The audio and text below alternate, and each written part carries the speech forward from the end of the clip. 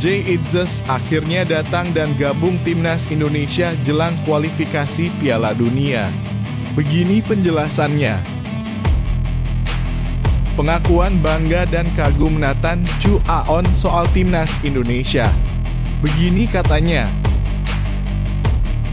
Malaysia hanya menang tipis lawan klub lokal di laga uji coba tertutup.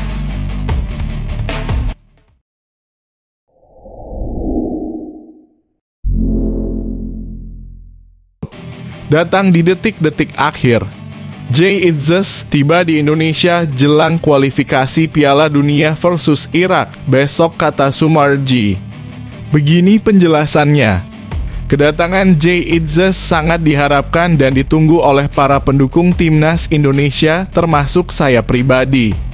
Jay Itzes yang berposisi sebagai back memiliki pengalaman bermain di liga-liga Eropa yang kompetitif. Dengan postur tubuh yang tinggi dan kemampuan bertahan yang kokoh, Itzes menjadi salah satu pemain yang diharapkan mampu memperkuat lini belakang timnas Indonesia. Oleh karena itu, untuk melawan tim sekelas Irak, tenaga Jay Itzes sangat diperlukan untuk lini belakang timnas Indonesia makin kuat. Setelah memastikan Venezia promosi ke Serie A, Jay Itzes sudah ditunggu skuad timnas Indonesia untuk lawan Irak dan Filipina. PSSI langsung menyiapkan tiket kepulangan Jay Itzes seperti dikonfirmasi oleh Ketua Badan Tim Nasional BTN Sumarji. Menurut jadwal, Jay Itzes akan pulang ke Indonesia per 4 Juni 2024. Sementara Jay kita siapkan tiket tanggal 4 untuk pulang, kata Sumarji. Mungkin baru sampai tanggal 5, nanti kita juga akan melihat kondisinya seperti apa, tambahnya. Sementara itu, Shin Tae-yong sebelumnya mengonfirmasi bila tidak akan memainkan Jay pada saat lawan Irak. Pelatih asal Korea Selatan ini sadar betul kondisi pemain setinggi 190 cm itu tidak cukup bugar usai membawa Venezia bertanding di playoff. Terkait Jay Itzes, karena dia masuk final playoff mungkin baru akan sampai pada 5 Juni, ujar Shin Tae-yong. Dan untuk 6 Juni pertandingan lawan Irak dia tidak akan bermain, tambahnya. Bikin terkesima dengarnya. Nathan Chu Aon bicara soal kesan selama membela timnas Indonesia. Nathan Chu Aon jadi idola baru pencinta sepak bola tanah air.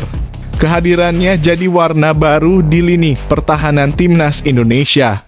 Nama pemain Swansea City tersebut meroket usai tampil gemilang bersama timnas U23 Indonesia di Piala Asia U23. Nathan Chu Aon pun angkat bicara soal momen terbaiknya di timnas Indonesia. Menurutnya, selain kenangan di Piala Asia U23, debut di timnas Indonesia senior juga jadi momen terbaik bagi Nathan Chu Aon. Pasalnya, debut Nathan di timnas senior terjadi saat tampil di Stadion Utama Gelora Bung Karno, Jakarta. Pastinya bulan lalu saat U23 berhasil di Piala Asia U23, ujar Nathan Chu Aon dilansir Freeport Indonesia. Sayangnya kami tidak lolos ke Olimpiade, tapi menurut saya, kami bisa menempatkan negara ini jadi yang kami lakukan sudah sangat baik. Dan pastinya pertama kali main di GBK sangat menyenangkan, lanjutnya. Nathan Chu Aon menggambarkan debutnya di timnas Indonesia senior.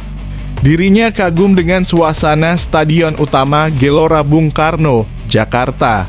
Selain itu, pemain 22 tahun tersebut kagum dengan atmosfer dukungan dari supporter.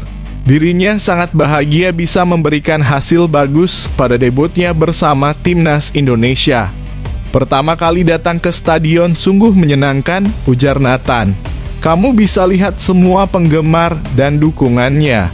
Dan tentu saja yang kamu lakukan ini untuk membuat mereka bangga. Sungguh luar biasa, sungguh menyenangkan, lanjutnya. Timnas Malaysia nyaris dibuat malu setelah hanya meraih kemenangan tipis atas klub lokal Perak FC pada pertandingan uji coba. Adapun laga uji coba tersebut digelar sebagai persiapan menghadapi laga kualifikasi Piala Dunia 2026 zona Asia.